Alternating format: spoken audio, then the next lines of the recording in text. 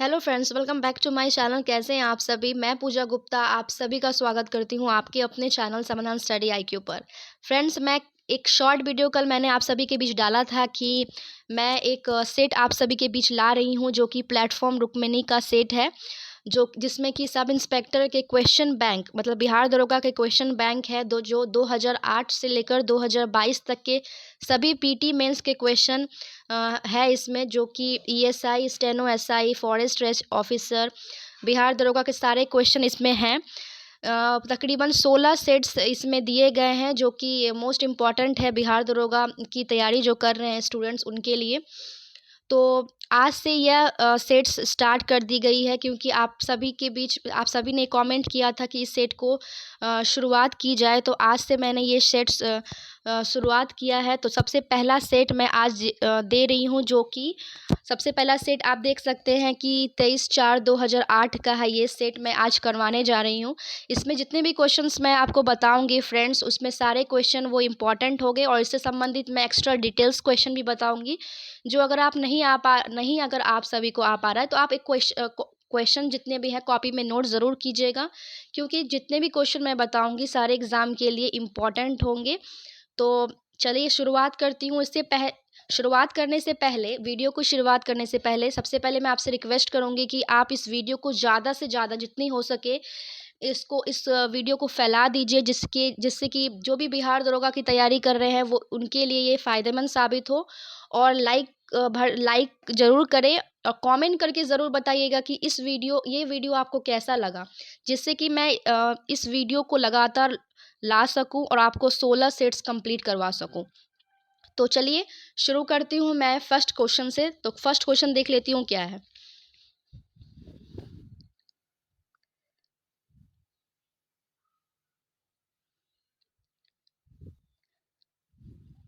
तो सबसे पहला क्वेश्चन फ्रेंड्स क्या है कि भारत के महान्यायवादी की नियुक्ति कौन करता है?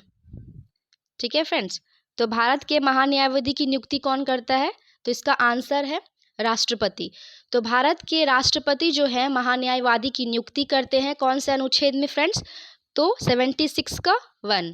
ठीक है, तो भारत के जो महान्यायवादी की जो नियुक्ति होते हैं वो राष्ट्रपति के द्वारा की जाती है। और इसमें भी बात हो जाती है कि राष्ट्रपति और भी बहुत सारे की नियुक्ति करते हैं। तो किन किन की नियुक्ति करते हैं ये भी जान लेते हैं कि भारत के प्रधानमंत्री की नियुक्ति भी राष्ट्रपति के द्वारा ही की जाती है। कौन से अनुच्छेद में? अनुच्छेद 75। तो संविधान के अनुच्छेद 75 के अनुसार प्रधानमंत्री की नियुक्ति राष्ट्रपति करेंगे और इनके अन्य मंत्रियों की नियुक्ति राष्ट्रपति प्रधानमंत्री की सलाह पर करेंगे। ये किस अनुच्छेद में बताया गया है? तो अनुच्छेद 75 में इसकी व्याख्या की गई है। ठीक है फ्रेंड्स, चलिए और क्या है कि भारत के नियंत्रक और महालेखा परीक्षक की नियुक्ति भी राष्ट्रपति ही के द्वारा ही किया जाता है। कौन से अनुच्छेद में? अनुच्छेद 148 के तहत। ठीक है, राज्यों के राज्यपाल की नियुक्ति भी राष्ट्रपति के द्वारा ही की जाती है। कौन से अनुच्छेद में? अनुच्छेद 155 के तहत। ठीक है, वित्त आयोग के अध्यक्ष की नियुक्ति भी राष्ट्रपति के द्वारा ही की जाती है। कौन से अनुच्छेद में? 280 के 1 के तहत। ठीक है फ्रेंड्स, ये सारे क्वेश्चन आई होप सो आपको क्लियर हो रहे होंगे। तो चलिए महान्यायवादी के बारे में जान लेते हैं कि महान्यायवादी जो है वो भारत सरकार का प्रथम विधि अधिकारी होता है। अनुच्छेद 88 के 88 के तहत महान्यायवादी जो है किसी भी सदन में अथवा उनकी समितियों में बोल सकता है, किंतु उसे मत देने का अधिकार नहीं है। ये जो बताया गया है ये अनुच्छेद 88 में बताया गया है। ठीक है फ्रेंड्स, आई होप ये सारे क्वेश्चन आपको क्लियर होंगे। चलिए नेक्स्ट क्वेश्चन देख लेते हैं, क्वेश्चन नंबर 2 में। भारत का राष्ट्रपति अपना त्याग पत्र किसे सौंपता है? बहुत ही इंपॉर्टेंट क्वेश्चन है। भारत का राष्ट्रपति अपना त्याग पत्र किसे सौंपता है? तो उपराष्ट्रपति को सौंपता है। ठीक है फ्रेंड्स, तो भारत का जो राष्ट्रपति है अपना त्याग पत्र उपराष्ट्रपति को सौंपते हैं। राष्ट्रपति का जो कार्यकाल होता है फ्रेंड्स वो 5 वर्षों का होता है। और राष्ट्रपति जो होता है कुछ कुछ ही दशा मतलब 2 ही दशाओं में राष्ट्रपति जो है 5 वर्ष से पहले ही अपना पद त्याग कर सकते हैं। ऐसा किस कब होता है?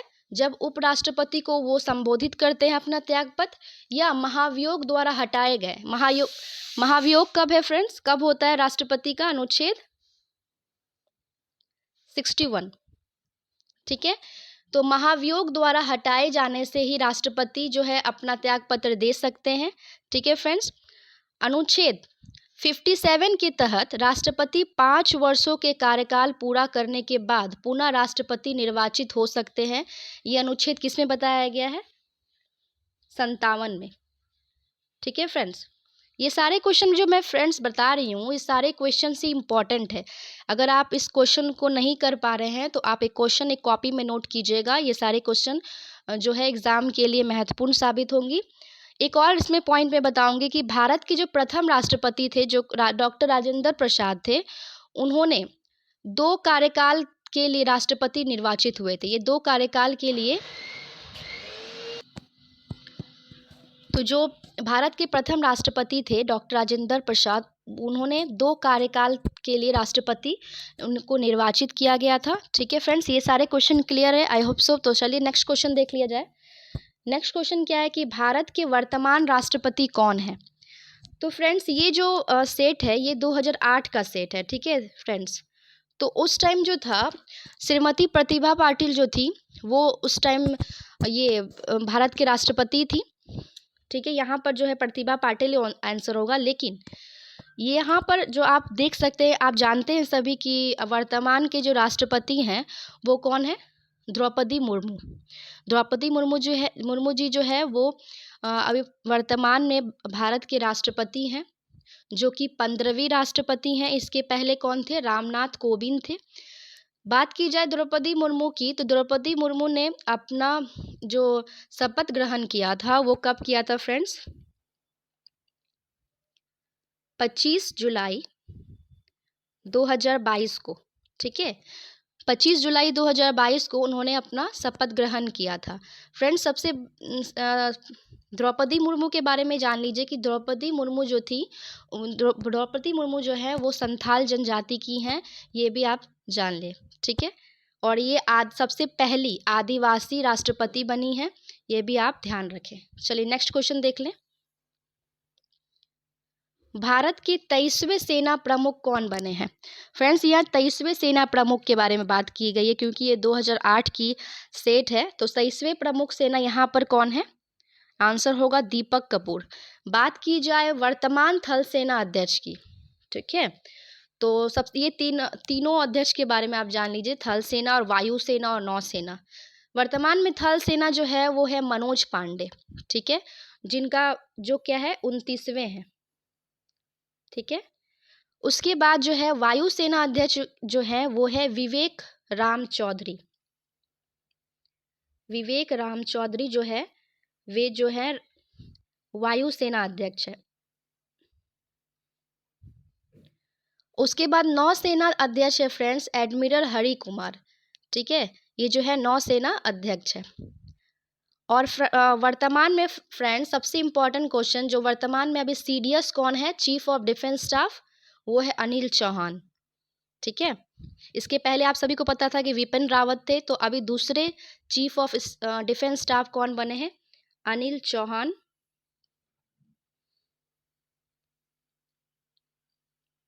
अनिल चौहान जो अपना शपथ कब ग्रहण किए थे, ये भी जान लीजिए। इन्होंने अपनी शपथ ग्रहण की थी 23 सितंबर 2022 को, विपिन रावत के बाद। ये सारे क्वेश्चन मैं बता रही हूँ जो फ्रेंड्स, ये इंपॉर्टेंट क्वेश्चन है। चलिए नेक्स्ट क्वेश्चन देख ले। भारत के मुख्य न्यायाधीश कौन रहे हैं? ऐसे तो फ्रेंड्स ये जितने भी ऑप्शन में मुख्य न्यायाधीश बताए गए हैं, ये सारे ही मुख्य न्यायाधीश रहे हैं। आप वर्तमान के बारे में जान लीजिए, ऐसे इसका आंसर उपयुक्त में से सभी होगा। तो वर्तमान में जो है 50वें मुख्य न्यायाधीश अभी कौन बने हैं? वो बने हैं DY चंद्रचूड़। ठीक है, ये जो है फ्रेंड्स 50वें मुख्य न्यायाधीश बने हैं। इन्होंने 9 नवंबर 2022 को अपना शपथ ग्रहण किया है। ठीक है फ्रेंड्स, ये आप जितने भी क्वेश्चन मैं बता रही हूँ, क्वेश्चन को आप नोट करते चलें। चलिए नेक्स्ट क्वेश्चन देख लें। राज्य मंत्री परिषद किसके प्रति उत्तरदायी होते हैं? तो इसका आंसर क्या है फ्रेंड्स? विधानसभा। तो राज्य मंत्री परिषद विधानसभा के प्रति उत्तरदायी होते हैं। विधानसभा का जो कार्यकाल होता है वो 5 वर्ष का होता है, किंतु विशेष परिस्थिति में राज्यपाल को यह अधिकार है कि वह इससे पूर्व ही उसको विघटित कर सकता है। ये पॉइंट आप याद रखें, ठीक है। चलिए नेक्स्ट क्वेश्चन देख लें। बिहार में पुल सड़क निर्माण के लिए सरकार ने किस कंपनी के साथ अनुबंध किया है? तो इसका आंसर है फ्रेंड्स तांतिया कंस्ट्रक्शन, ठीक है। नेक्स्ट क्वेश्चन देख लें। जूट के उत्पादन में बिहार का कौन सा जिला अग्रणी है? तो जूट के उत्पादन में बिहार का पूर्णिया जिला अग्रणी है। बात की जाए जूट उत्पादन में, तो सबसे ज़्यादा भारत में जूट का उत्पादन कहाँ होता है फ्रेंड्स? पश्चिम बंगाल में, ठीक है।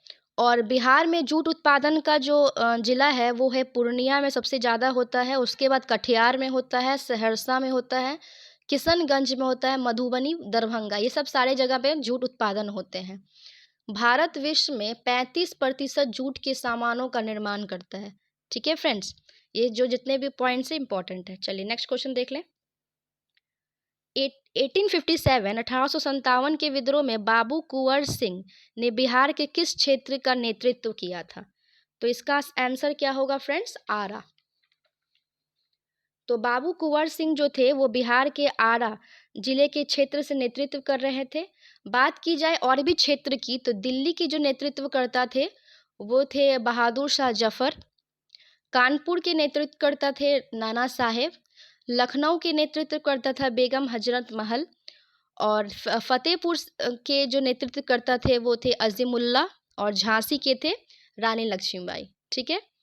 चलिए नेक्स्ट क्वेश्चन देख लें। नवनिर्मित नालंदा विश्वविद्यालय के विजिटर कौन बनाए गए हैं? तो इसका आंसर फ्रेंड्स क्या है? एपीजे अब्दुल कलाम। नवनिर्मित नालंदा विश्वविद्यालय के विजिटर एपीजे अब्दुल कलाम हैं। एपीजे अब्दुल कलाम ने 2011 में नालंदा विश्वविद्यालय के विजिटर पद से त्यागपत्र दे दिया था, ठीक है फ्रेंड्स। बात की जाए नालंदा विश्वविद्यालय की, तो नालंदा विश्वविद्यालय की जो स्थापना की गई थी वो की गई थी किसके द्वारा फ्रेंड्स? किसके द्वारा? वो की गई थी कुमारगुप्त के द्वारा, कुमारगुप्त प्रथम के द्वारा इसकी नालंदा विश्वविद्यालय की स्थापना की गई थी। और इसको नष्ट किसके द्वारा किया गया था फ्रेंड्स? बख्तियार खिलजी के द्वारा इसको नष्ट किया गया था। हुसैन सेंग जो थे वे भारत में 15 वर्षों तक रहे थे और नालंदा विश्वविद्यालय में अब शिक्षा ग्रहण किए थे। इनका जो भ्रमण वृत्तांत है वो किसके क्या नाम से जाना जाता है? CU की। ये सारे जो पॉइंट्स है सारे ही इंपॉर्टेंट पॉइंट्स है, आप याद रखें, ठीक है फ्रेंड्स। चलिए नेक्स्ट क्वेश्चन देख लें। बिहार में लगभग कितने क्षेत्र पर कृषि कार्य होता है? तो इसका आंसर है 60%। बिहार में लगभग 60% क्षेत्र पर कृषि कार्य होता है, ठीक है। और भारत के GDP में कृषि क्षेत्र का योगदान 2021-22 में कितना फ्रेंड्स रहा है? 18.8% रहा है, ठीक है। भारत में 43% में भूभाग पर मैदानों का विस्तार पाया जाता है। ये इंपॉर्टेंट पॉइंट है, याद रखें। नेक्स्ट क्वेश्चन देख लें। बिहार में कितने प्रतिशत साक्षरता दर है? 2001 की जनगणना पूछ रहा है, 2001 की जनगणना के अनुसार। तो इसका आंसर फ्रेंड्स क्या होगा? 47.53। ऐसे आप जान लीजिए कि 2011 की जनगणना के अनुसार बिहार का साक्षरता दर कितना है? 6.80%, ठीक है फ्रेंड्स। बात की जाए फ्रेंड्स पुरुष साक्षरता दर बिहार की कितनी है? वो है 71.2%, ठीक है। और महिला साक्षरता दर है 51.5% फ्रेंड्स, ठीक है। बात की जाए सर्वाधिक साक्षरता दर कौन से जिले की है? तो ये है रोहतास। और न्यूनतम जो है वो है पूर्णिया। ठीक है फ्रेंड्स,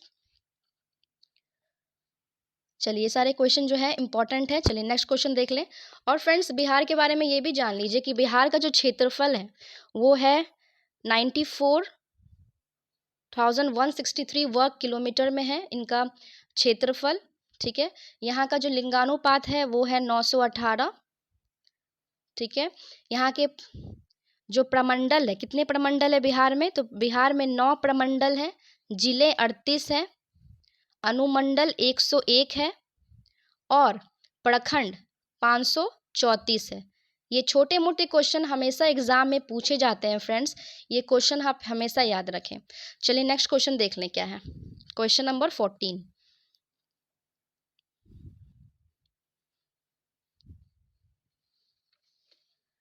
चलिए क्वेश्चन नंबर 14 क्या है कि ध्यानचंद किस खेल से संबंधित खिलाड़ी हैं। तो ध्यानचंद आप सभी को पता है इसका आंसर क्या होगा, तो इसका आंसर है हॉकी। तो ध्यानचंद, मेजर ध्यानचंद के जन्म दिवस के अवसर पर ही भारत में राष्ट्रीय खेल दिवस के रूप में मनाया जाता है। ठीक है, चलिए नेक्स्ट क्वेश्चन देख लें। शेरशाह के बचपन का नाम क्या था। तो शेरशाह का जो बचपन का नाम था वो था फरीद। ठीक है, सूर साम्राज्य का जो संस्थापक थे वो थे अफगानी शासक शेरशाह सूरी। ठीक है, इनका जन्म जो है वो हुआ था बजवारा होशियारपुर में। इनके पिता का जो नाम था वो था हसन खान।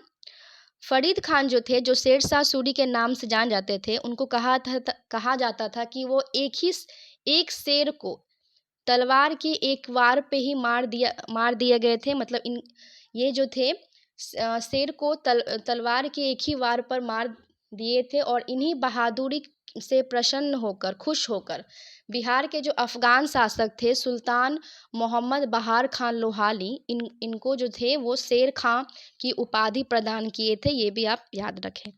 चलिए नेक्स्ट क्वेश्चन देख लें। भारतीय राष्ट्रीय कांग्रेस की स्थापना कब हुई थी। तो फ्रेंड्स भारतीय राष्ट्रीय कांग्रेस की जो स्थापना हुई थी वो हुई थी 1885 में। ठीक है, किसके द्वारा हुई थी, AU होम के द्वारा। ठीक है, इसकी प्रथम बैठक कहाँ हुई थी फ्रेंड्स, इसकी प्रथम बैठक बॉम्बे के गोकुल दास तेजपाल संस्कृत कॉलेज के भवन में हुई थी। कांग्रेस की प्रथम बैठक की अध्यक्षता किसने की थी, तो अध्यक्षता की थी व्योम चंद्र बनर्जी ने। और इसमें कुल 72 सदस्यों ने भाग लिया था। ये सारे क्वेश्चन याद रखें। चलिए नेक्स्ट क्वेश्चन देख लें। व्यक्तिगत का सिद्धांत से कौन संबंधित रहा था। तो इसका आंसर है फ्रेंड्स लॉर्ड डलहौजी। तो लॉर्ड डलहौजी का कार्यकाल उसके व्यक्तिगत सिद्धांत के लिए माना जाता है। ठीक है, इस नीति के तहत सर्वप्रथम सतारा राज्य का 1848 में विलय किया गया। बात की जाए व्यक्तिगत सिद्धांत को समाप्त करने का श्रेय किसे जाता है, तो लॉर्ड कैनिंग को जाता है व्यक्तिगत सिद्धांत को समाप्त करने का। लॉर्ड डलहौजी ने 1856 में अवध राज्य को कुशासन के आधार पर ब्रिटिश भारत में मिला लिया था। ये भी पॉइंट याद रखें। डलहौजी ने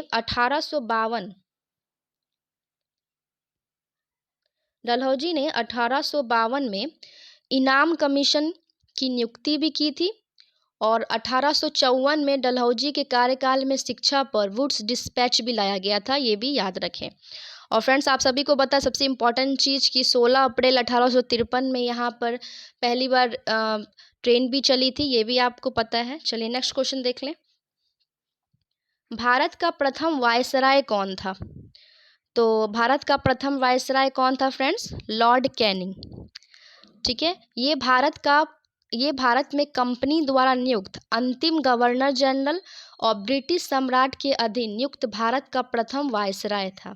ठीक है, और फ्रेंड्स अब इनके समय में सबसे महत्वपूर्ण घटना क्या हुई थी, वो थी 1857 की ऐतिहासिक विद्रोह। ये भी याद रखें। ठीक है, 1833 के चार्टर एक्ट द्वारा बंगाल के गवर्नर जनरल को भारत का गवर्नर जनरल बना दिया गया था और इसी प्रकार भारत का पहला गवर्नर जनरल कौन था फ्रेंड्स, लॉर्ड विलियम बेंटिक, ये भी याद रखें। चलिए नेक्स्ट क्वेश्चन देख लें। ट्राई ब्रेकर शब्द किस खेल से संबंधित है? तो इसका आंसर क्या है? फुटबॉल और हॉकी। ट्राई ब्रेकर शब्द जो है वो फुटबॉल और हॉकी से संबंधित है। ठीक है, नेक्स्ट क्वेश्चन देख लें। प्राचीन नालंदा विश्वविद्यालय के संस्थापक कौन थे? तो मैंने इस क्वेश्चन को पहले ही डिस्कस किया हुआ था कि प्राचीन नालंदा विश्वविद्यालय के संस्थापक कौन थे? कुमार गुप्त थे। बात की जाए नालंदा विश्वविद्यालय की, तो नालंदा विश्वविद्यालय प्राचीन भारत में उस शिक्षा का सर्वाधिक महत्वपूर्ण और विख्यात केंद्र था। विक्रमशिला विश्वविद्यालय की स्थापना जो थी वो धर्मपाल ने की थी। ठीक है, नेक्स्ट क्वेश्चन देख लें। मुंगेर निम्नलिखित में से किसकी राजधानी थी? तो मुंगेर जो था वो मीर कासिम की राजधानी थी। ठीक है, चलिए नेक्स्ट क्वेश्चन देख लें। गुरु गोविंद सिंह के माता का नाम क्या था? गुरु गोविंद सिंह के माता का जो नाम था, इसमें उपयुक्त में से कोई नहीं है। ठीक है, गुरु गोविंद सिंह की माता, उनके पिता का जो नाम था वो था गुरु तेग बहादुर, जो क्या थे? सिखों के 9वें गुरु थे। गुरु गोविंद सिंह जो थे वो सिखों के 10वें गुरु थे। इनका जन्म जो हुआ था वो हुआ था 22 दिसंबर 1666 को। ठीक है, कहाँ हुआ था? पटना सिटी में हुआ था। बात की जाए गुरु गोविंद सिंह की माता का नाम, तो गुरु गोविंद सिंह की माता का नाम था गुजरी देवी। ठीक है फ्रेंड्स, पाउल प्रणाली की शुरुआत गुरु गोविंद सिंह ने ही किया था, और सिखों के लिए 5 ककार अनिवार्य किसके द्वारा किया गया था? गुरु गोविंद सिंह के द्वारा किया गया था। खालसा पंथ की स्थापना भी गुरु गोविंद सिंह के ही द्वारा कब की गई थी फ्रेंड्स? 1699 में। ठीक है, वैसाख के दिन। ठीक है, ये सारे क्वेश्चन पॉइंट जो है इंपॉर्टेंट है। चलिए नेक्स्ट क्वेश्चन देख लें। फणीश्वर नाथ रेणु का जन्म कहाँ हुआ था? फणीश्वर नाथ रेणु का जन्म जो हुआ था वो पूर्णिया बिहार में हुआ था। इनका जन्म 4 मार्च 1921 में हुआ था। ठीक है, ये प्रसिद्ध साहित्यकार और उपन्यासकार थे हिंदी भाषा के। चलिए नेक्स्ट क्वेश्चन देख लें। कामयानी पुस्तक के रचयिता कौन थे? तो कामयानी पुस्तक के रचयिता कौन थे फ्रेंड्स? जयशंकर प्रसाद थे, और ये जो थे हिंदी भाषा का एक महाकाव्य था। ठीक है फ्रेंड्स, ये जितने भी क्वेश्चन बता रही हूँ सारे क्वेश्चन इंपॉर्टेंट है। और अगर आप हमारे चैनल में नए हैं तो प्लीज़ अगर वीडियो आपको पसंद आ रही होगी तो वीडियो को आप ज़्यादा से ज़्यादा लाइक कीजिएगा, शेयर कीजिएगा। और मैं आपको बता देती हूँ कि ये जो हमारे जो चैनल है समाधान स्टडी IQ, इसकी फ्री क्विजेज़ टेलीग्राम चैनल में होती हैं, और टेलीग्राम चैनल का जो लिंक है वो डिस्क्रिप्शन बॉक्स में मैंने दे दिया है। आप चैनल से लिंक होकर वहाँ ज्वाइन कर सकते हैं। वहाँ फ्री ऑफ कॉस्ट क्विजेज़ होती हैं, रोज़ाना वहाँ पर दरोगा की टेस्ट होती हैं और टॉपिक वाइजेस टेस्ट होती हैं। आप ज़रूर ज्वाइन करें, आपके लिए फ़ायदेमंद साबित होंगी। और आप इसके पहले जितने भी वीडियो मैंने बताए हैं वो वीडियो को आप एक बार ज़रूर देखें, क्योंकि सारे क्वेश्चन उसमें भी बहुत अच्छे अच्छे बताए गए हैं जो कि इम्पोर्टेंट है। चलिए नेक्स्ट क्वेश्चन देख लें। अर्थशास्त्र पुस्तक किसने लिखा है? तो अर्थशास्त्र पुस्तक किसने लिखा है फ्रेंड्स? कौटिल्य ने। तो अर्थशास्त्र का संबंध जो है किससे है? राजनीति और प्रशासन से। ठीक है, बात की जाए कौटिल्य की, तो धनानंद को हराने में कौटिल्य, जिसको चाणक्य या विष्णुगुप्त के नाम से आता है, उन्होंने क्या किया था? चंद्रगुप्त मौर्य की संयोग किए थे। ठीक है, और चाणक्य कौन था? चाणक्य जो था वो चंद्रगुप्त मौर्य के प्रधानमंत्री थे। ठीक है, बात की जाए अर्थशास्त्र की, तो अर्थशास्त्र में 15 अधिकरण और 180 प्रभाग है। अर्थशास्त्र मौर्य प्रशासन का सबसे अधिक जानकारी उपलब्ध करता है। ठीक है, चलिए नेक्स्ट क्वेश्चन क्या है कि इनकलाब जिंदाबाद का नारा किसने दिया था? तो इनकलाब जिंदाबाद का नारा जो थे वे भगत सिंह दिए थे। ठीक है, उसके बाद दिल्ली चलो का नारा सुभाष चंद्र बोस ने दिया था। करो या मरो और हे राम का नारा जो था वो महात्मा गांधी ने दिया था। तुम मुझे खून दो मैं तुम्हें आज़ादी दूंगा का नारा भी सुभाष चंद्र बोस ने ही दिया था। सारे जहां से अच्छा हिंदुस्तान हमारा का नारा मोहम्मद इकबाल ने दिया था। ठीक है। वास्तव में इनकलाब जिंदाबाद का नारा हजरत मोहानी ने लिखा था। भगत सिंह ने इनकलाब जिंदाबाद को अधिक लोकप्रिय बनाया। और साइमन वापस जाओ और भारत छोड़ो का नारा यूसुफ मेहर अली ने दिया है। ये सारे क्वेश्चन इंपॉर्टेंट है। चलिए, बक्सर का युद्ध किस किस के बीच हुआ था? तो बक्सर का युद्ध मीर कासिम और अंग्रेज के बीच हुआ था। इस युद्ध में अंग्रेजों की विजय हुई थी। और इसमें जिसमें कि अंग्रेजों का नेतृत्व करता कौन था फ्रेंड्स? Hector Monro. ठीक है। नेक्स्ट क्वेश्चन देख लें।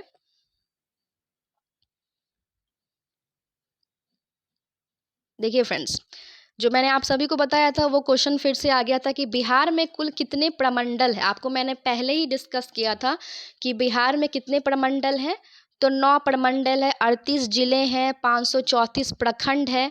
ठीक है। लोकसभा सदस्य यहाँ के कितने हैं? 40 सदस्य लोकसभा में हैं। राज्यसभा में है 16 और विधानसभा में कितने हैं? 243 और विधान परिषद में है 75। ये सारे क्वेश्चन एक्स्ट्रा है, याद करें। चलिए नेक्स्ट क्वेश्चन देख लें। वर्ष 2001 की जनगणना के अनुसार बिहार में कुल जनसंख्या कितने हैं? तो ये 2001 की बात की जा रही है, तो इसका आंसर ए है। ठीक है। ऐसे जनगणना 2011 के अनुसार बिहार में जनसंख्या घनत्व आप सभी को पता है 1106 है। ठीक है। और 2011 की जनगणना के अनुसार बिहार का लिंगानुपात कितना है फ्रेंड्स? अभी मैंने बताया था आपको 918। ठीक है। चलिए नेक्स्ट क्वेश्चन देख लें। सितारा देवी किस विधा से संबंधित थी? तो इसका आंसर है लोक नृत्य। ठीक है। सितारा देवी जो थी लोक नृत्य से संबंधित थी। सितारा देवी भारत की प्रसिद्ध कथक नृत्यांगना थी। ठीक है। जिनका जन्म पश्चिम बंगाल में 1920 में हुआ था। ठीक है। नेक्स्ट क्वेश्चन देख लेते हैं। पटना हाईकोर्ट की स्थापना कब हुई थी फ्रेंड्स? तो पटना हाईकोर्ट की स्थापना 1916 में हुई थी। ठीक है। याद रखें कि पटना हाईकोर्ट की स्थापना कब हुई थी? 1916 में। भारत में वर्तमान में कितने हाईकोर्ट है फ्रेंड्स? तो हाईकोर्ट कितने हैं? 25। ठीक है। और भारतीय संविधान के अनुच्छेद 214 से लेकर 232 तक उच्च न्यायालय से संबंधित है। बात की जाए भारत का सबसे बड़ा हाईकोर्ट है, तो भारत का सबसे बड़ा हाईकोर्ट कहाँ है? इलाहाबाद हाईकोर्ट। ठीक है। चलिए नेक्स्ट क्वेश्चन। जैन धर्म के अंतिम तीर्थंकर महावीर की मृत्यु कहाँ हुई थी? तो जैन धर्म के अंतिम तीर्थंकर महावीर की मृत्यु जो हुई थी वो हुई थी पावापुरी राजगीर में। कब हुई थी? 468 ईसा पूर्व, जिसको बीसी कहते हैं, बिफोर क्राइस्ट। ठीक है। हुई थी पावापुरी में एक जल मंदिर भी है। ठीक है फ्रेंड्स। और महावीर स्वामी जो है वो जैन धर्म के क्या है? 24वें तीर्थंकर है। बात की जाए इनकी जन्म की, तो इनका जन्म जो हुआ था वो हुआ था 540 में कुंडग्राम वैशाली में। और इनका बचपन का नाम क्या था? वर्धमान। ठीक है। चलिए नेक्स्ट क्वेश्चन देख लें। भगवान बुद्ध का जन्म लुम्बिनी में हुआ था। लुम्बिनी कहाँ है? तो फ्रेंड्स कहाँ है फ्रेंड्स? नेपाल में। तो भगवान बुद्ध का जन्म हुआ था 563 ईसा पूर्व में कपिल वस्तु के निकट लुम्बिनी में, जो कि लुम्बिनी जो है वो नेपाल में स्थित है। बौद्ध धर्म के संस्थापक कौन है? बौद्ध धर्म के संस्थापक है गौतम बुद्ध। इन्हें क्या कहा गया है? एशिया का ज्योतिपुंज। ठीक है फ्रेंड्स। बात की जाए बुद्ध के प्रथम उपदेश की, तो गौतम बुद्ध ने अपना प्रथम उपदेश कहाँ दिया था? सारनाथ में। ठीक है। जिसमें बौद्ध धर्म में क्या कहा जाता है? धर्म चक्र प्रवर्तन। बात की जाए इन्होंने सर्वाधिक उपदेश कहाँ दिया था? तो इन्होंने सर्वाधिक उपदेश दिया था श्रावस्ती में। प्रथम उपदेश दिया था सारनाथ में और सर्वाधिक उपदेश दिया था श्रावस्ती में। गौतम बुद्ध का महापरिनिर्वाण जो कहा जाता है मृत्यु, महापरिनिर्वाण कहाँ हुआ था? कुशीनगर में 483 BC में, बिफोर क्राइस्ट में। गौतम बुद्ध के पूर्व जन्म से संबंधित ग्रंथ क्या कहलाते हैं? जातक कथा। ये सारे क्वेश्चन याद रखें। चलिए नेक्स्ट क्वेश्चन देख लें। झारखंड देश का कौन सा राज्य है? तो झारखंड कौन सा राज्य है? 28वां। झारखंड 15 नवंबर 2000 को बिहार राज्य से अलग हुआ था। वर्तमान में इसकी राजधानी जो है वो है रांची। ठीक है फ्रेंड्स। और अब 29वां राज्य फ्रेंड्स कौन बना था? तेलंगाना। कब बना था? 2 जून 2014 को। ठीक है फ्रेंड्स। चलिए नेक्स्ट क्वेश्चन देख लें। बिहार में लोकसभा सीटों की संख्या, देखिए फ्रेंड्स मैं जो भी डिस्कस कर रही हूँ वो सारे क्वेश्चन बार बार रिपीट भी हो रहे हैं, इसलिए ये जितने भी क्वेश्चन है मैं बता रही हूँ सारे क्वेश्चन इंपॉर्टेंट है, इसको ध्यान रखें। ये मैंने पहले ही डिस्कस कर लिया है। चलिए नेक्स्ट क्वेश्चन देख लें। अंतर्राष्ट्रीय महिला दिवस कब मनाया जाता है? तो अंतर्राष्ट्रीय महिला दिवस 8 मार्च को मनाया था। ये क्वेश्चन में बहुत सारे स्टूडेंट जो हैं कंफ्यूज हो जाते हैं कि राष्ट्रीय महिला दिवस पूछ दिया जाता है तो इसमें गलती कर देते हैं, तो उसमें 8 मार्च मार देते हैं, लेकिन अंतर्राष्ट्रीय महिला दिवस 8 मार्च को मनाया जाता है। बात की जाए अंतर्राष्ट्रीय महिला दिवस को तो 13 फरवरी को मनाया जाता है अंतर्राष्ट्रीय महिला दिवस। ठीक है। चलिए नेक्स्ट क्वेश्चन देख लें।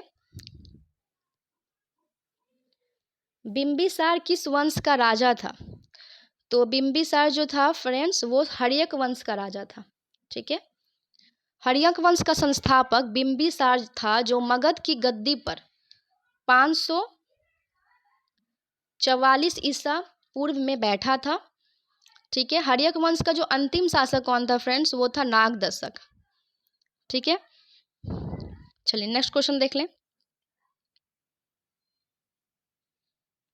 भारत के प्रथम सत्याग्रह गांधी जी ने कहाँ शुरू किया था? तो इसका आंसर क्या है? चंपारण। तो भारत में प्रथम सत्याग्रह गांधी जी ने 1917 में बिहार के चंपारण से शुरू किया था। ठीक है। भारत में जन आंदोलन के सत्र के रूप में चंपारण सत्याग्रह के प्रयोग का पहला स्थान रहा था। ठीक है फ्रेंड्स। गांधी जी ने 3 कठिया पद्धति को समाप्त करने के लिए अप्रैल 1917 में यह सत्याग्रह को प्रारंभ किया था। ठीक है। चलिए नेक्स्ट क्वेश्चन देख ले। और एक क्वेश्चन और भी ध्यान दीजिएगा कि गांधी जी ने प्रथम सत्याग्रह कहाँ किया था? वो था दक्षिण अफ्रीका में। गांधी जी जो थे वो दक्षिण अफ्रीका से भारत कब लौटे थे? 9 जनवरी को। ठीक है। 9 जनवरी को लौटे थे, जिनको प्रवासी दिवस कहा जाता है। मतलब 9 जनवरी को प्रवासी दिवस के रूप में मनाया जाता है क्योंकि गांधी जी जो थे वो दक्षिण अफ्रीका से वापस लौटे थे, उन्हीं के उपलक्ष्य में। नेक्स्ट क्वेश्चन देख लेते हैं कि भारतीय स्टेट बैंक ने हाल ही में भारत के बाहर कहाँ अपनी नई शाखा खोला है? तो भारतीय स्टेट बैंक ने हाल ही में भारत के बाहर अपनी नई शाखा जो है वो इजराइल में खोला है। ठीक है। विदेशों में भारतीय बैंक में सर्वाधिक शाखाएं कहाँ है? किसका है फ्रेंड्स? एसबीआई का सबसे ज़्यादा शाखा है भारत। ठीक है। भारतीय स्टेट बैंक भारत का सबसे बड़ा व्यावसायिक बैंक है, जिनकी स्थापना कब हुई है फ्रेंड्स? 1 जुलाई 1955। ठीक है। ठीक है फ्रेंड्स। नेक्स्ट क्वेश्चन देख लेते हैं। सार्क का नया सदस्य देश कौन बना है? नया सदस्य देश कौन है? तो इसका आंसर क्या है फ्रेंड्स? अफगानिस्तान। तो सार्क का सबसे नया सदस्य कौन बना है? अफगानिस्तान। बात की जाए सार्क की तो सार्क की स्थापना कब हुई है? 8 दिसंबर 1985 को इसकी स्थापना की गई और इसका मुख्यालय काठमांडू में है। इसके संस्थापक सदस्य कौन कौन से हैं? भारत, पाकिस्तान, बांग्लादेश, नेपाल, भूटान, श्रीलंका, मालदीव। ठीक है। और अफगानिस्तान। चलिए नेक्स्ट क्वेश्चन देख लें। संयुक्त राष्ट्र संघ का मुख्यालय कहाँ है? तो संयुक्त राष्ट्र संघ का मुख्यालय कहाँ है फ्रेंड्स? न्यूयॉर्क में। इसकी स्थापना 24 अक्टूबर 1945 को हुई थी। वर्तमान में इसका सदस्य देश कितने हैं फ्रेंड्स? वर्तमान में सदस्य देश हैं 193। ठीक है, और 193 सदस्य कौन बना है फ्रेंड्स, ये भी जान लीजिए। ये बना है दक्षिण सूडान। चलिए नेक्स्ट क्वेश्चन देख लेते हैं। शिवाजी को किसने कैद कर लिया था? तो शिवाजी को किसने कैद कर लिया था? औरंगजेब ने। ठीक है, 1666 में जयपुर भवन में शिवाजी को कैद कर शिवाजी 1666 में जयपुर भवन में कैद कर लिया गया था, जहां से वे भाग निकले थे। ये याद रखें कि शिवाजी को किसने कैद कर लिया था? तो औरंगजेब ने इनको कैद कर लिया था। ठीक है, और औरंगजेब के बारे में जान लीजिए कि जिंदा पीर के नाम से किसे जाना जाता है? तो औरंगजेब को जिंदा पीर के नाम से जाना जाता है। ठीक है, चलिए नेक्स्ट क्वेश्चन देख लें। महात्मा गांधी कब भारतीय राष्ट्रीय कांग्रेस के अध्यक्ष बने थे? तो भारतीय राष्ट्रीय कांग्रेस के अध्यक्ष जो बने थे वो कब बने थे? 1924 में। तो भारतीय राष्ट्रीय कांग्रेस के 40वां अधिवेशन 1924 में बेलगाम में हुआ था, जिसकी अध्यक्षता किसने की थी? महात्मा गांधी ने की थी।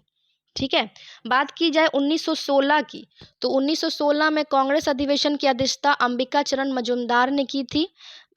ठीक है, 1905 की बात की जाए तो 1905 में कांग्रेस का अधिवेशन बनारस के गोपाल कृष्ण गोखले की अध्यक्षता में हुआ था।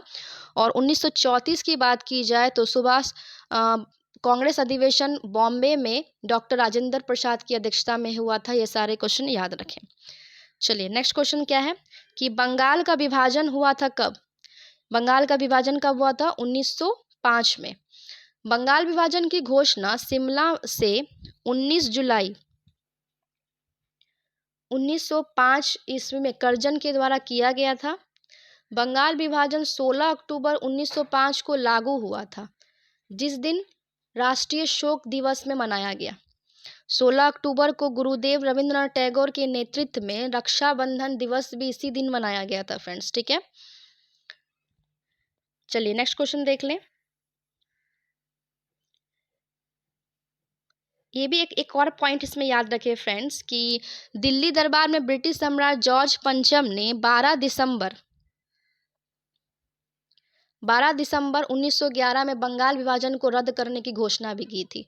ठीक है, चलिए राज्यसभा और लोकसभा की संयुक्त बैठक कौन बुलाता है? तो राज्यसभा और लोकसभा की संयुक्त बैठक कौन बुलाता है?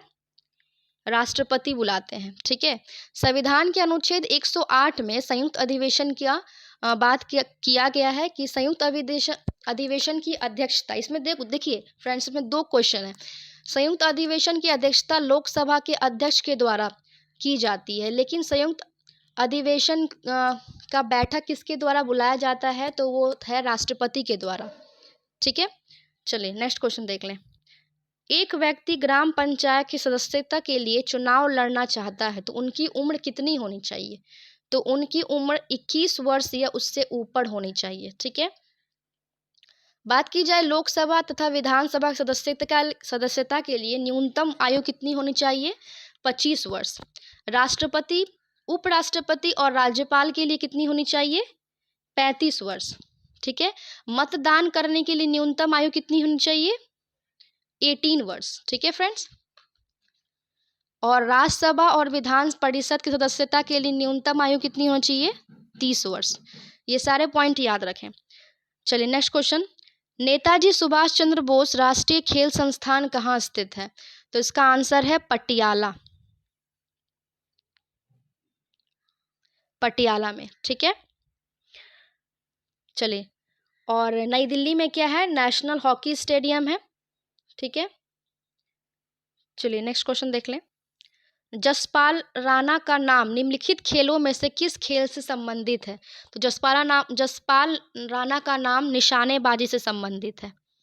ठीक है, चलिए राजा भोज निम्नलिखित में से किस राजवंश से संबंधित है? राजा भोज परमार वंश से संबंधित है। नेक्स्ट क्वेश्चन, दिल्ली के लाल किले में स्थित मोती मस्जिद को किसने बनवाया था? तो दिल्ली के लाल किले में स्थित मोती मस्जिद का निर्माण जो था वो औरंगजेब के द्वारा किया गया था। देखिए फ्रेंड्स, ये बीएसएससी में जो 24 तारीख को एग्जाम हुए थे ये क्वेश्चन पूछा गया था। ठीक है, इसलिए मैं कहती हूँ जितने भी क्वेश्चन जो बताए जा रहे हैं वो हर एग्जाम में रिपीट होते रहते हैं। क्वेश्चन नए मिलते हैं लेकिन जो पुराने क्वेश्चन, जो बेसिक क्वेश्चन होते हैं उसको हमेशा रिवीजन करना चाहिए, क्योंकि ये सारे क्वेश्चन रिपीट होते रहते हैं। तो ये अभी बीएसएससी में पूछे गए थे क्वेश्चन कि दिल्ली के लाल किले में स्थित मोती मस्जिद का निर्माण औरंगजेब ने करवाया था। यहाँ पर शाहजहां भी बहुत कोई आंसर करके आ गए होंगे, लेकिन ये गलत है। बात की जाए आगरा के किले में स्थित मोती मस्जिद का निर्माण किसने करवाया था? तो शाहजहां के द्वारा करवाया गया था। ठीक है, चलिए नेक्स्ट क्वेश्चन, वर्ष 1857 में मेरठ में प्रथम सिपाही विद्रोह की आग किस दिन भड़की थी? तो इसका आंसर क्या है? 10 मई। सर्वप्रथम 10 मई 1857 में मेरठ की पैदल टुकड़ी 20 एनआई ने 1857 की क्रांति की शुरुआत हुई थी। ठीक है, 1857 के विद्रोह के बाद भारत का शासन कंपनी के हाथों से सीधे ब्रिटिश सरकार के नियंत्रण में ले लिया गया था और 1857 के सैनिक विद्रोह की समाप्ति 1 नवंबर 1858 को इलाहाबाद से लॉर्ड कैनिंग की घोषणा से माना जाता है। ये सारे क्वेश्चन याद रखें। चलिए, महात्मा गांधी की हत्या नाथूराम गोडसे ने निम्नलिखित में से किस तिथि को किया था? तो कब किया था फ्रेंड्स? 30 जनवरी 1948 को। बात की जाए इनकी जन्म की, तो इनका जन्म हुआ था 2 अक्टूबर 1869 को। कहाँ हुआ था फ्रेंड्स? गुजरात के पोरबंदर नामक स्थान पर हुआ था, याद रखें। और गांधी जी की जो हत्या की थी वो नाथूराम गोडसे, गांधी जी की हत्या के आरोप में नाथूराम गोडसे और नारायण आप्टे को फांसी दे दिया गया था। ठीक है, चलिए, हाल ही में भारत के किस पड़ोसी देश ने राजतंत्र की समाप्ति कर गणतंत्र की स्थापना की हुई? तो इसका आंसर फ्रेंड्स क्या है? नेपाल। ठीक है, नेक्स्ट क्वेश्चन देख लें, राज्यसभा सदस्य निर्वाचित होने के लिए आवश्यक न्यूनतम उम्र सीमा कितनी होनी चाहिए? ये पहले ही मैंने डिस्कस कर लिया था। चलिए नेक्स्ट क्वेश्चन देख लिए, वर्ष 2010 में आयोजित होने वाले कॉमनवेल्थ खेलों की मेजबानी कौन करेंगे? तो इसका आंसर क्या है? भारत। ठीक है, तो ये तो जो है 2010 की बात की गई है फ्रेंड्स। वर्तमान में राष्ट्रमंडल 2022 में भारत ने 61 पदक, 22 स्वर्ण, 16 रजत और 23 कांस्य जीतकर पदक तालिका में चौथा स्थान हासिल किया है, ये भी याद रखें। ठीक है, और 2022 में राष्ट्रमंडल खेल कहाँ हुआ है? बर्मिंघम में हुआ है, 28 जुलाई से 8 अगस्त के बीच। ठीक है, चलिए नेक्स्ट क्वेश्चन देखा जाए,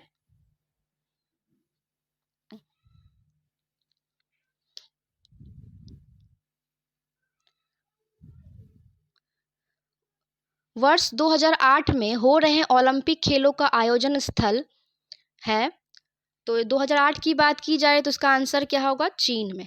ठीक है, बात की जाए 32वें ग्रीष्मकालीन ओलंपिक 2020 की, तो 32वें ग्रीष्मकालीन ओलंपिक 2020 का आयोजन जो है टोक्यो जापान में किया गया। मतलब ये जो है 2021 में हुआ था। 33 ओलंपिक खेल पेरिस में 2024 में होगा। 34 ओलंपिक खेल लॉस एंजल्स में 2028 में होगा। 35 ओलंपिक खेल ब्रिस्बेन ऑस्ट्रेलिया 2032 में होगा। ये करंट अफेयर्स इंपॉर्टेंट है, याद रखें।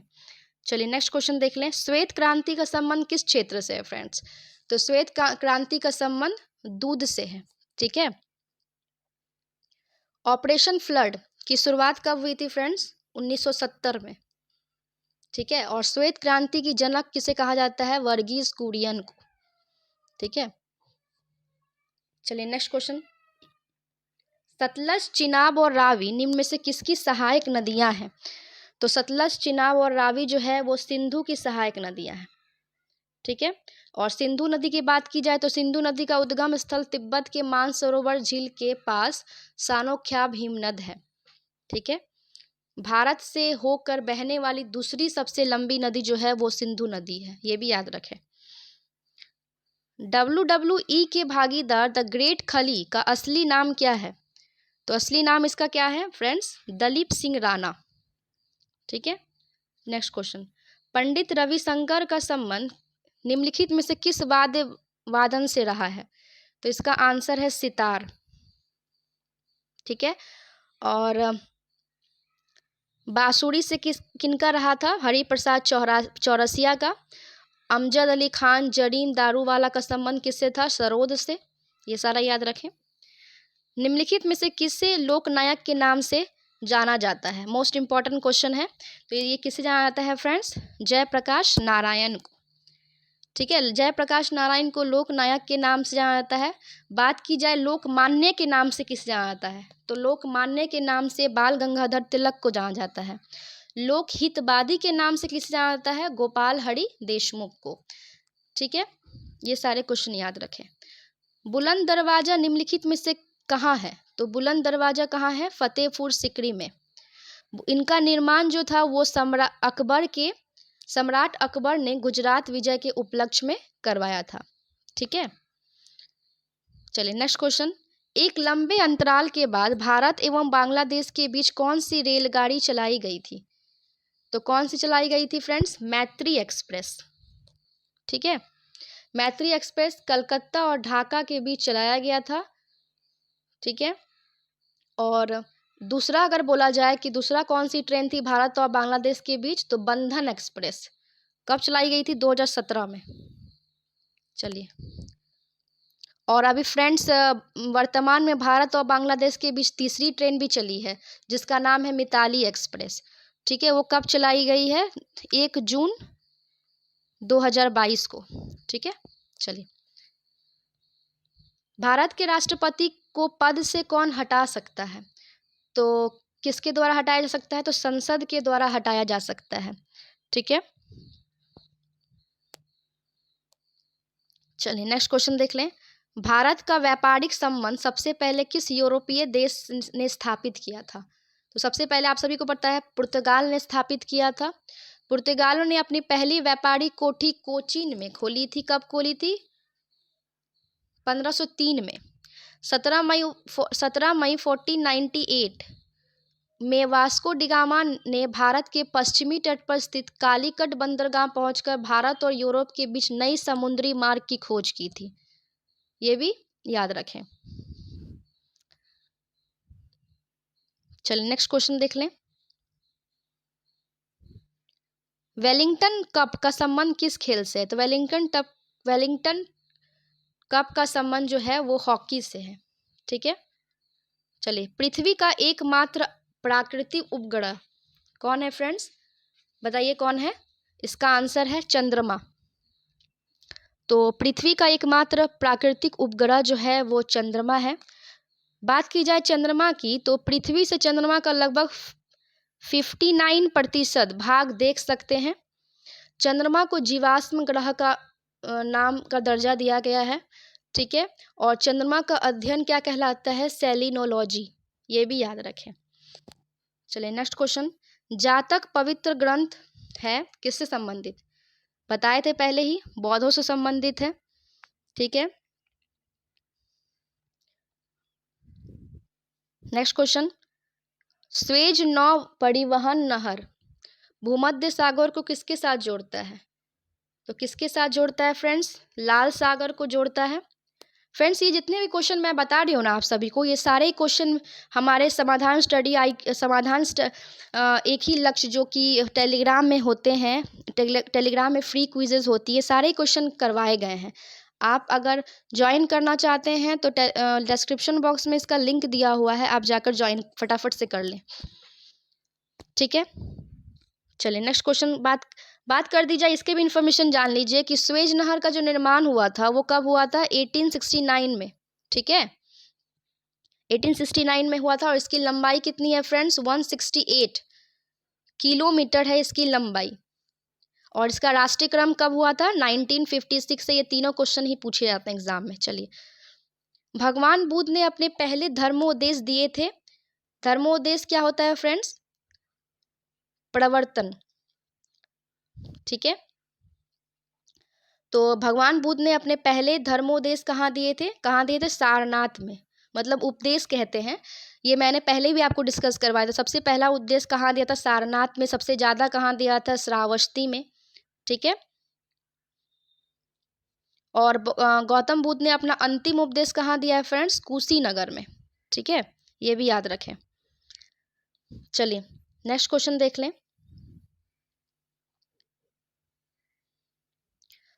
अनुच्छेद 370 का संबंध किस राज्य के विशेष प्रावधान से है?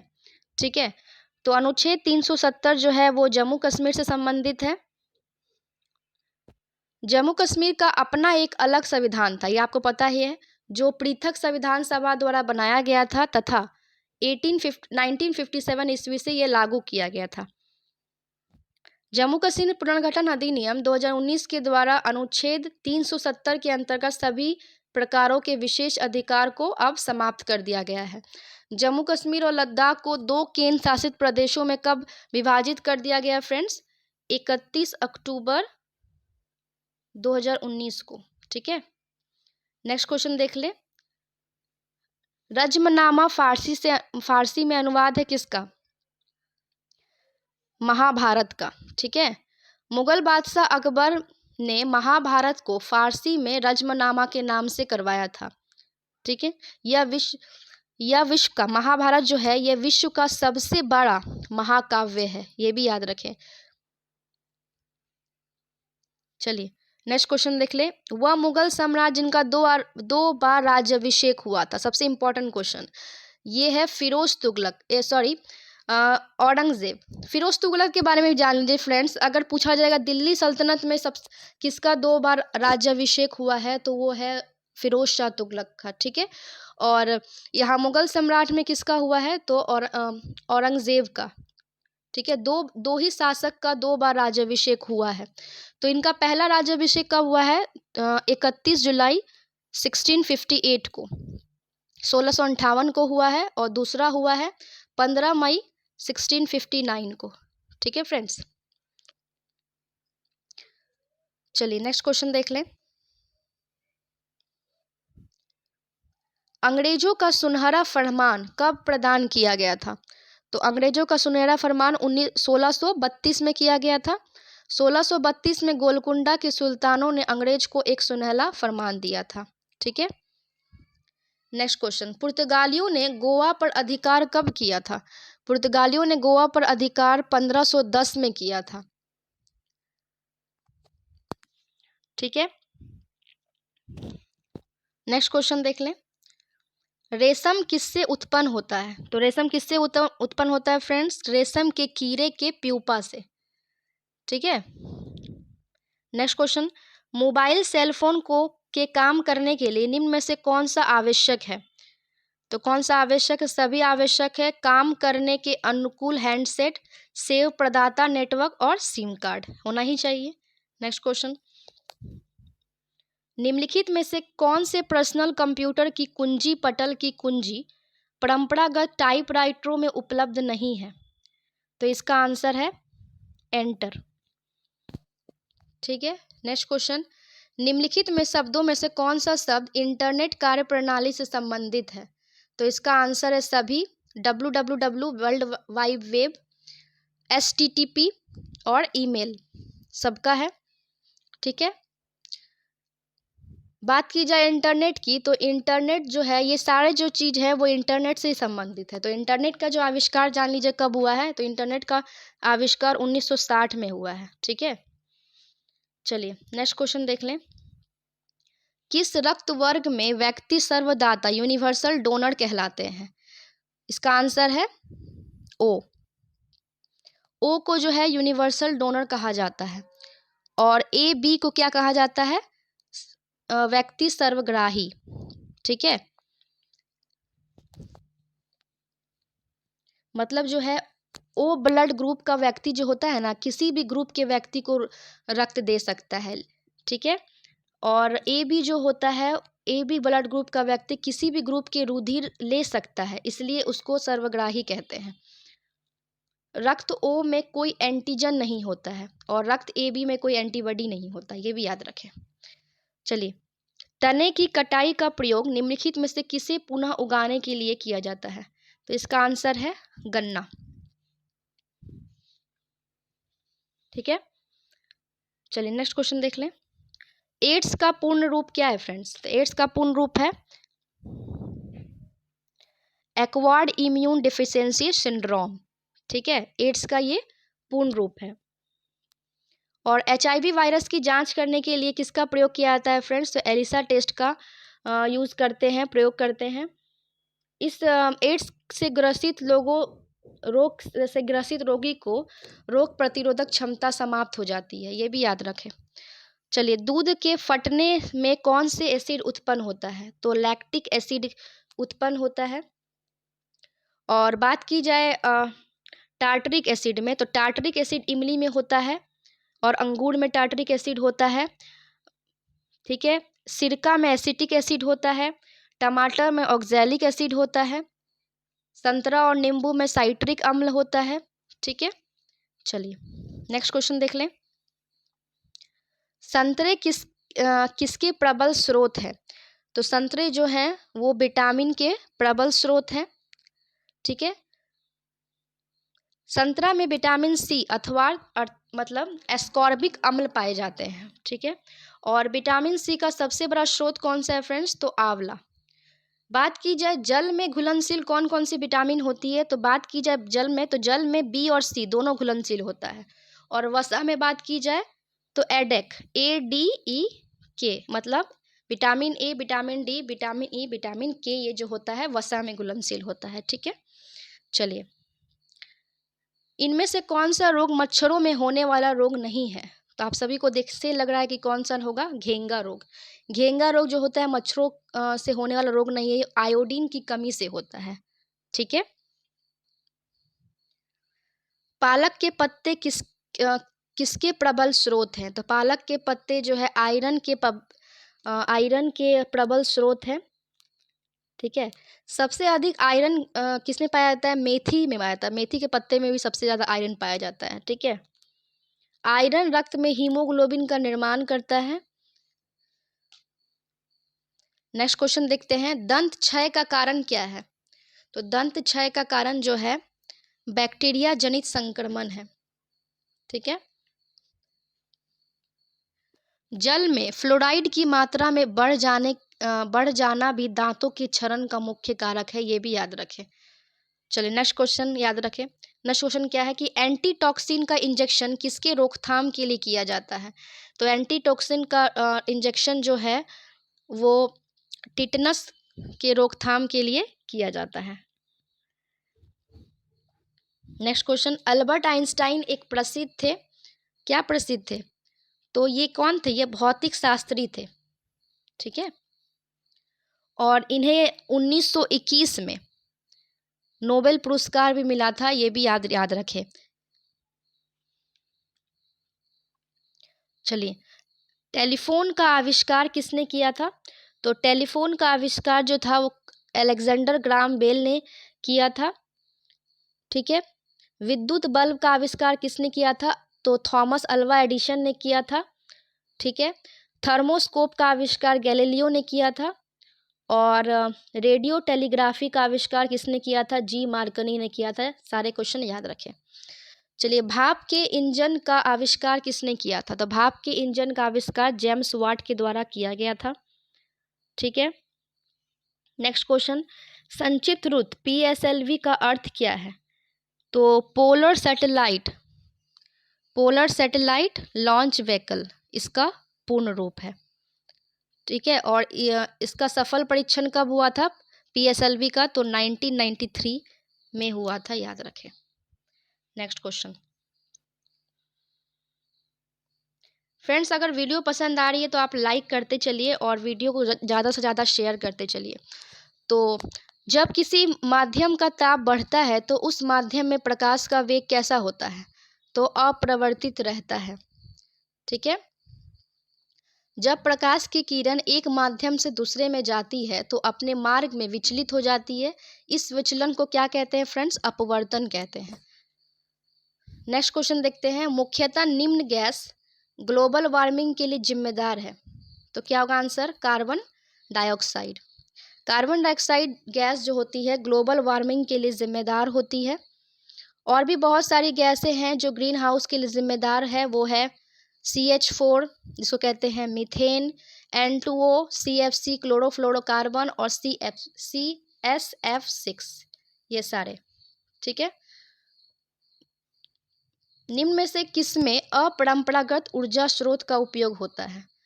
तो इसका आंसर क्या है फ्रेंड्स? सौर लालटेन। सौर लालटेन में अपरंपरागत ऊर्जा स्रोत का प्रयोग होता है। चलिए, निम्न यंत्रों में विद्युत धारा का मापन करते हैं किसके द्वारा? अमीटर के द्वारा विद्युत धारा का मापन किया जाता है। ठीक है। एक आदर्श अमीटर का प्रतिरोध फ्रेंड्स कितना होता है? तो एक आदर्श अमीटर का प्रतिरोध 0 होता है। ठीक है। चलिए नेक्स्ट क्वेश्चन देख लें। डायनमो वह यंत्र है जो निम्न को परिवर्तित करती है। वो होगी यांत्रिक ऊर्जा को विद्युत ऊर्जा में। ठीक है। यह डायनमो जो है यांत्रिक ऊर्जा को विद्युत ऊर्जा में परिवर्तित करती है। ठीक है फ्रेंड्स।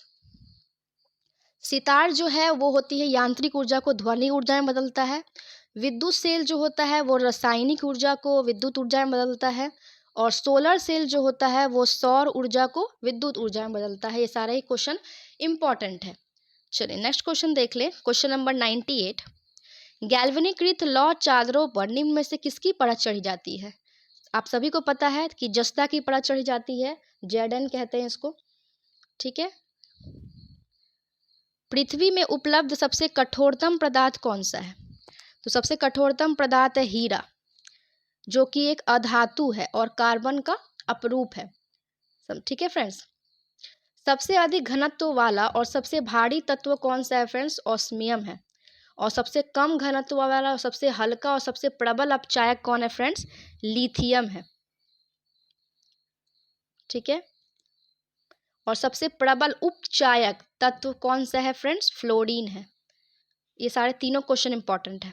चलिए, वाशिंग सोडा किसका सामान्य नाम है फ्रेंड्स? इस सेट का सबसे लास्ट क्वेश्चन और बहुत ही अच्छा क्वेश्चन है।